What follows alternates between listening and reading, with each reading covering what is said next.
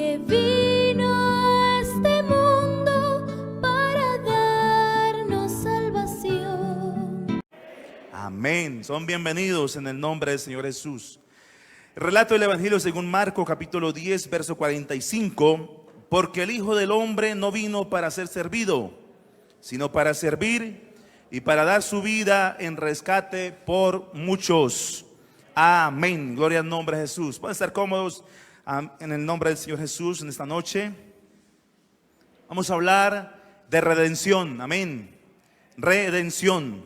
Bendito sea el nombre de Jesús.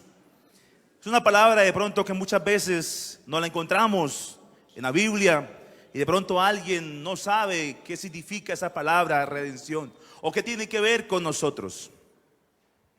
Sabe que en nuestro país, en los años muy recientes, no estamos hablando de tiempo atrás, lejano, vivimos un flagelo que fue bastante muy duro para Colombia. El tema del secuestro.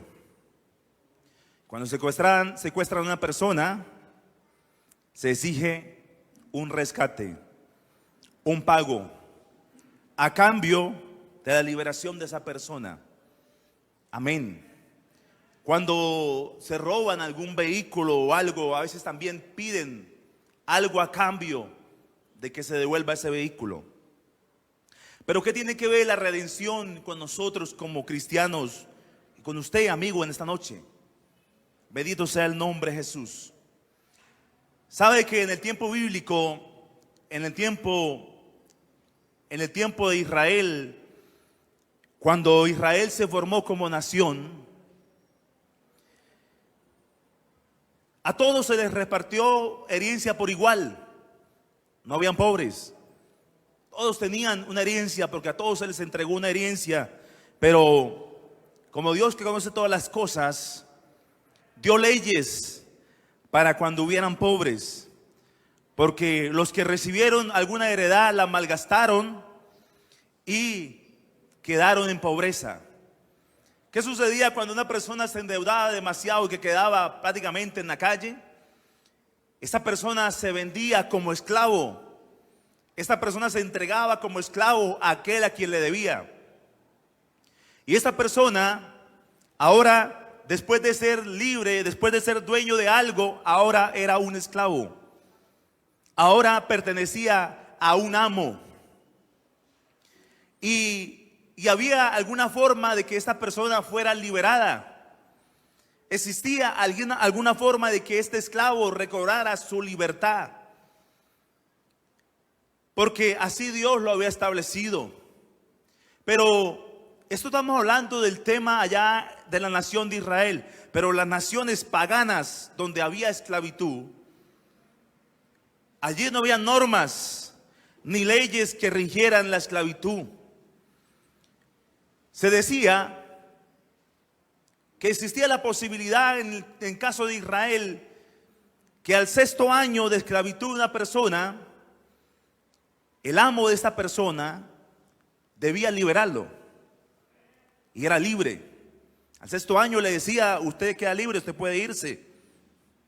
Pero había algo, y es que si el esclavo estaba amañado con su amo, el esclavo le decía a su amo: yo quiero seguir siendo su esclavo. Así que su amo llamaba a los ancianos del pueblo y en presencia de los ancianos del pueblo les decía: este mi esclavo o esta mi esclava hoy quedaba libre, hoy se cumplía su tiempo de esclavitud, pero él se ha ofrecido que quiere seguir siendo mi esclavo. Y en presencia de los ancianos del pueblo le perforaba alguna de sus orejas y le ponía allí una argolla, una especie de arete, en señal de que ahora le pertenecía a él, no por 6 años más, sino de por vida. Ahora era un esclavo permanente. Pero eso sucedía cuando había un amo bueno, un amo que valorara al esclavo, y los había. La Biblia nos relata de un hombre, un centurión romano, que llega donde Jesús y le dice a Jesús: maestro, tengo un siervo, un esclavo, al cual amo como si fuera mi hijo. y está gravemente enfermo, te ruego que lo sanes. Y es aquí donde aquel hombre, o Jesús le dice, yo voy y le sanaré. Y aquel hombre le dice, no vaya, simplemente di la palabra y mi criado sanará. Pero eso demuestra entonces que había amos que amaban a sus esclavos. Pero cuando vamos al campo espiritual, Jesús allí en Juan 8:34 expresa unas palabras muy fuertes cuando él dice, cualquiera que practica el pecado, esclavo es del pecado. Eso nos abre un panorama de lo que éramos nosotros, mis amados hermanos, y de lo que es el mundo, amado amigo que me escucha. Todo aquel que practica el pecado, dice, es esclavo del pecado. La pregunta sería en esta noche, ¿usted considera que el pecado es un buen amo? ¿Usted considera que Satanás es un buen amo? ¿Por qué entonces la persona sigue encadenada? ¿Por qué sigue subyugada a la esclavitud del pecado? ¿Por qué la persona se considera que es libre cuando realmente no tiene libertad? Déjeme decirte, amigo, en esta noche que Satanás es un amo cruel. Es un amo muy cruel. Isaías capítulo 14 verso 17 dice la Biblia que a sus encarcelados nunca les abrió las puertas. Oiga, qué crueldad tan tremenda. Quizás a los presos que están por allí en una cárcel de máxima protección, de máxima seguridad, los sacan, qué sé yo, día por medio, todos los días o una vez a la semana para que les dé el sol. Pero este amo es tan miserable que dice que nunca les abrió la puerta a sus encarcelados. Ese es Satanás, ese es el diablo, como tiene esclavizado al hombre. Está sin Cristo. Pero habían algunas normas para que alguien fuera liberado. Yo quiero en esta noche hablar de 3 puntos que eran indispensables en la redención, que eran indispensables para que alguien fuera liberado o para que alguien liberara a alguien. El primero de ellos, según Levítico 25:25, nos dice que el único que podía liberar a un esclavo, a alguien que estaba en la esclavitud, debía ser uno de sus parientes, uno de sus hermanos, algún familiar. Es decir, el que liberaba no podía ser un aparecido, no podía ser un cualquiera por ahí, no, alguien no podía aparecer, decir, yo vengo a liberarlo. No, había un requisito, debía ser alguien de sus hermanos. Además, había un segundo requisito, y es que el que fuera a liberar debía tener voluntad de liberar, porque existía la posibilidad de pronto que alguien estuviera esclavizado y uno de sus hermanos dijera, no es problema mío, quédese allá. Se requería entonces voluntad de quien fuera a liberar a un esclavo. Y el tercer punto, muy importante, era necesario que quien fuera a liberar debía tener con qué liberar. Porque podía tener la voluntad, las ganas, pero si no tenía recursos, no podía liberar a este esclavo. Así que cuando hablamos de redención, amigo y hermano que me escucha, estamos hablando entonces que el significado de redención es rescatar, liberar, comprar. Y se necesitaba estos 3 aspectos importantes para que hubiera un redentor: que tuviera voluntad, que fuera uno de sus hermanos y que tuviera cómo comprar, cómo rescatar. Usted y yo, mis amados hermanos y amigos que me escucha, nosotros éramos esclavos del pecado. Y amigo que me escucha, lamentablemente te tengo una noticia: aunque te consideres libre, eres un esclavo del pecado. Eres un esclavo de los vicios, eres un esclavo de este mundo, eres un esclavo de todos los sinsabores de este mundo. Parece que eres libre, pero no, estás atado, estás encadenado por el pecado. Igual nosotros también un día estábamos encadenados, postrados, no teníamos nada de libertad, éramos subyugados por el mal. Y la triste noticia, mi amado hermano y amigo, es que nadie podía liberarnos.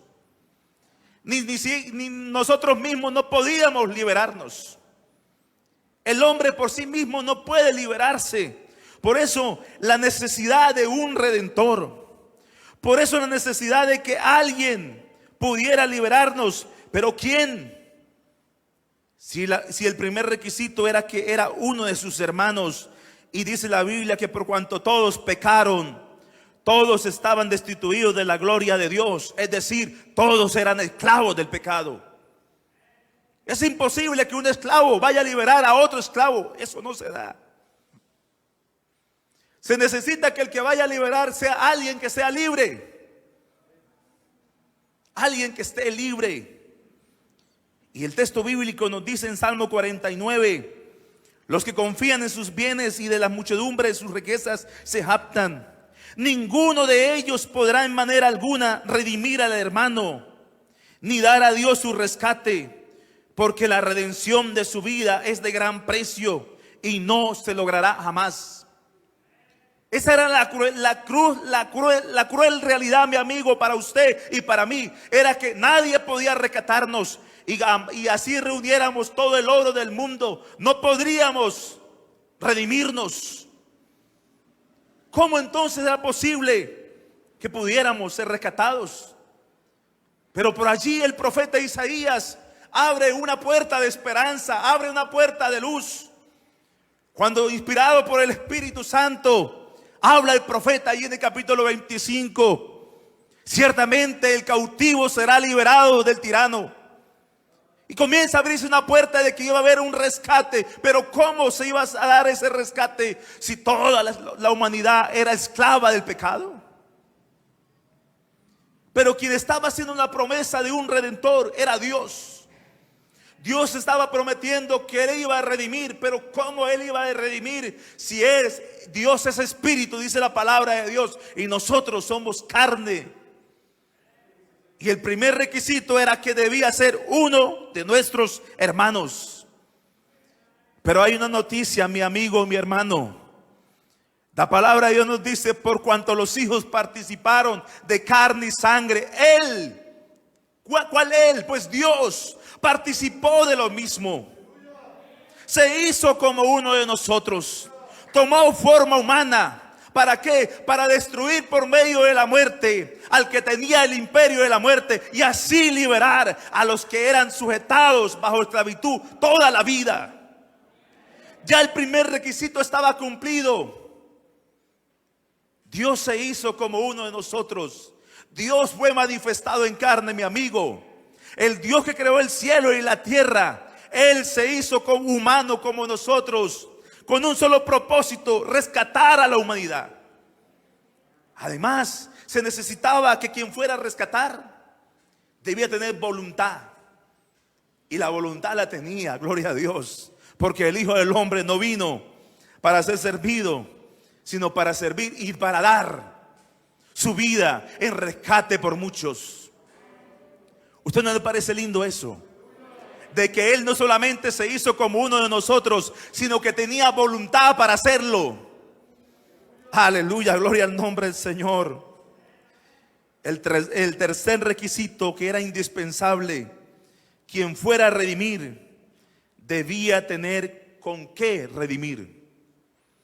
Ya Jesús había cumplido los dos primeros. Se había hecho como uno de nuestros hermanos, porque Dios fue manifestado en carne y tenía voluntad para dar su vida en rescate.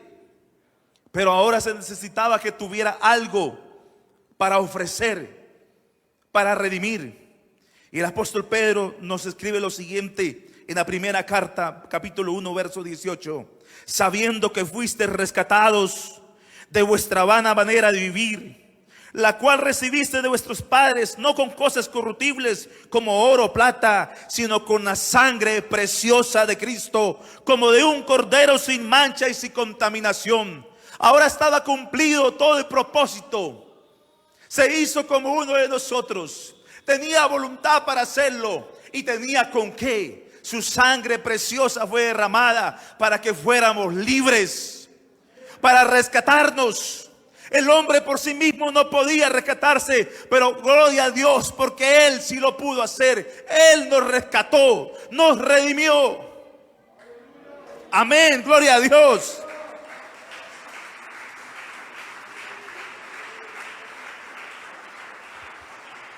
Ahora somos libres. Ahora somos libres.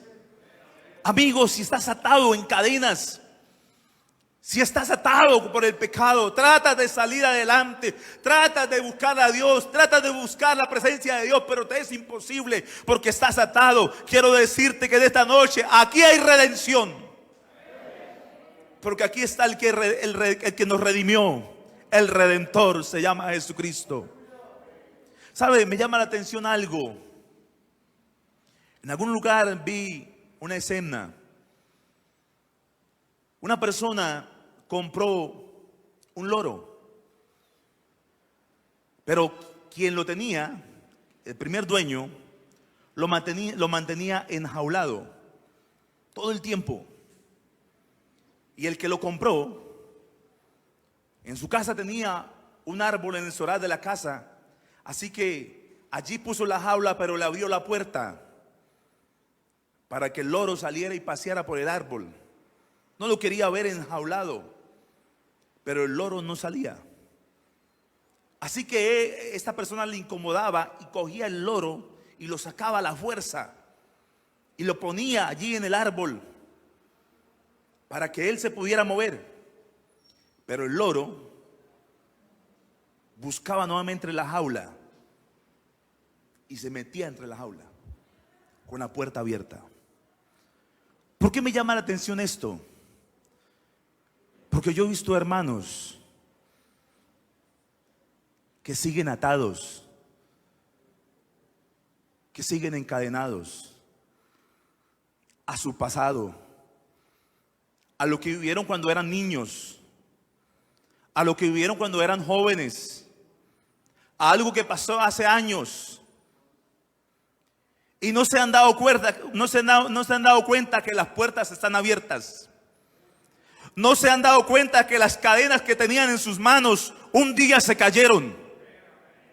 No se han dado cuenta que las ataduras que tenían en sus pies un día también se cayeron. Como que no se las creen. Y siguen ahí atados, encadenados. Y quizás viene alguien al culto. Oh, hermano, yo quisiera a veces como saltar, pero no puedo, mi hermano. Yo a veces quisiera gritar, gloria a Dios, pero siento como si la lengua estuviera atada. A veces quisiera aplaudir en medio del culto, pero no puedo. Yo quiero decirte en esta noche, mi hermano que me escucha y hermana, si alguien en esta noche está en esa condición de que no se las cree, que se las crea. Que usted ya está libre. Usted fue liberado. Usted fue comprado a precio de sangre. Ya no está atado. Levante sus manos. Mueva sus pies. Camine. Busque la presencia de Dios. Abra su boca. Grite gloria a Dios. Grite aleluya. ¿Por qué? Porque Él nos liberó. Ya no somos libres del pecado, ya no somos cautivos del pecado, ya no somos esclavos del pecado, ya no somos esclavos del mundo. Ahora somos libres. Somos libres. Aleluya, gloria a Dios. Amigo, hay libertad en esta noche. Hay libertad. Hermano, crea que usted fue libre. Mueva esas manos. Si quiere saltar, salte, pero no se quede quieto. No sea como aquel loro, no siga ahí en la jaula metido. No, alguien rompió las cadenas. Alguien nos hizo libres. Fuimos comprados a precio de sangre. ¿Sabe que una de las doctrinas que me parecen fascinantes es la doctrina de la redención? Porque tiene que ver con la libertad que tanto anhela el hombre. Tiene que ver con esa libertad que tanto añora el hombre. El ser humano reclama libertad. ¿Pero libertad para qué? El ser humano quiere libertad para pecar, para hacer cosas malas. No, pero Cristo fue a redimirnos, a comprarnos, a liberarnos del pecado. No sigas cargando cargas que ya Dios te las quitó. A veces Dios le quita la carga a alguien y esa persona coge nuevamente la carga y se la echa nuevamente sobre sus espaldas. No, usted ya es libre. Libre, mi hermano, para alabar a Dios, para glorificarlo, para adorarlo. Antes sí teníamos la lengua hasta atada, no podíamos ni decir gloria a Dios. No nos gustaba ni siquiera eso. ¿Qué es eso de oración? ¿Qué es eso de ayuno? ¿Qué es eso de ir a culto? No. Ahora somos libres. Amén, gloria a Dios. Pero quiero terminar con esto. Cuando alguien compraba un esclavo, allí en la plaza pública de la ciudad llegaba alguien con un poco de esclavos, jóvenes, ancianos, mujeres y hombres, y cogían al esclavo, dependiendo la característica del esclavo, lo ofrecían como si fuera un pan ahí en la panadería. Mire, le tengo este es bueno para esto, este es bueno para rajar leña, este es bueno para cargar, este es bueno para esto, esta mujer es buena para cocinar. ¿Quién me ofrece? Y llegaba la gente, los que compraban esclavos, y ofrecían. De pronto a alguien le llamaba la atención algo. Ese que vale, ese que está allá, ¿qué vale? ¿Cuánto vale? Tanto.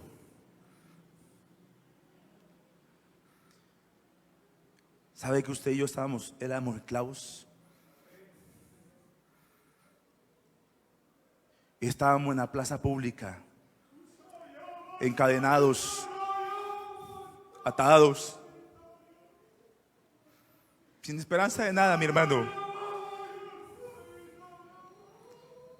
Y llegó Jesús. ¿Qué valen ellos? ¿Qué vale usted? ¿Qué vale ella que está allá? ¿Qué vale usted? ¿Cuál es el precio que se pide? Sangre. Pues yo voy a entregar mi sangre. Quiero comprarlos a todos. Quiero que todos sean libres, que no sean más esclavos. ¿A usted no le parece hermoso eso? ¿A usted no le parece lindo que usted ya puede mover sus manos? Que usted es libre. Libre. Créaselo, hermano, de esta noche. Créaselo, por favor. Usted es libre. Aleluya. Gloria a Dios. Alabanzas al nombre de Jesús. Aleluya. Gloria a Dios. Yo tengo la última. Cuando un esclavo era comprado, no significaba que dejaba de ser esclavo. Cuando llegaba alguien decía, ¿qué vale ese esclavo? Vale tanto. No significaba que que ella dejaba de ser esclavo. Simplemente cambiaba de dueño. Nosotros teníamos un amo muy cruel. Alguien nos compró, mi hermano. No significa que dejamos de ser esclavos. Seguimos siendo esclavos. Le pertenecemos a un amo. Se llama Jesús. Nos compró a precio de sangre. Por eso Él nos cela con celo santo. Por eso cuando Él ve que uno de sus hijos, que uno de los que Él liberó nuevamente vuelve y se ata con cadenas, cuando Él ve que alguien vuelve atrás, cuando alguien se aparta y nuevamente cae en la esclavitud del pecado, a Él le duele. Porque somos propiedad de Él. Ahora somos siervos de Él. Y es que Él nos reclama. Y tiene con qué, porque Él puede decirte a ti: yo te compré a precio de sangre. ¿Tú qué crees que lo que hice allí en la cruz del Calvario simplemente fue un espectáculo, simplemente fue un show? No, no, no. Allí pagué el precio más alto por ti. Le pertenecemos a Él, mi hermano. Colóquese en pie. ¿Será que el dueño de nosotros se merece la gloria, la honra, la alabanza en esta noche? ¿Será que alguien puede gritar gloria a Dios en esta noche? ¿Será que alguien puede decir amén? ¿Alguien puede adorarlo, alabarlo? Porque Él se merece la adoración, porque Él nos redimió. Aleluya. Gloria al nombre de Jesús. Gloria al nombre del Señor Jesús. Aleluya. La redención es algo que trasciende la eternidad. ¿Por qué? Porque por allí en alguna ocasión alguien escuchó, miró una multitud que cantaban un cántico nuevo. Y le preguntaron: ¿sabe quién son ellos? Juan dice: no, no sé quiénes son. Ellos son los que han sido comprados con la sangre de Cordero. Y cantaban un cántico: digno eres, Señor, de recibir la gloria, la honra, el honor, porque con tu sangre nos has comprado y nos has redimido de toda nación, pueblo, tribu, lengua. La redención trasciende la eternidad, mi hermano. Todavía no se ha cumplido totalmente la redención. ¿Sabe cuándo se culmina? El día que seamos liberados de este cuerpo de pecado, de este cuerpo de carne, saldremos a recibirlo a Él. Ese día la redención se culminará. Veremos cara a cara al que nos redimió. Allí daremos alabanza y gloria. Alabe al Señor en esta noche. Adore al Señor en esta noche. Dígale: gracias, Señor. Gracias por tu sangre. Gracias porque me redimiste. Me compraste. Ya no soy esclavo del pecado. Ya no soy esclavo de los vicios. Ya no soy esclavo del mundo. Ya no soy esclavo de mi pasado. Ya no soy esclavo de los problemas. Ya no soy esclavo de este mundo. Ahora soy libre. Puedo levantar mis manos.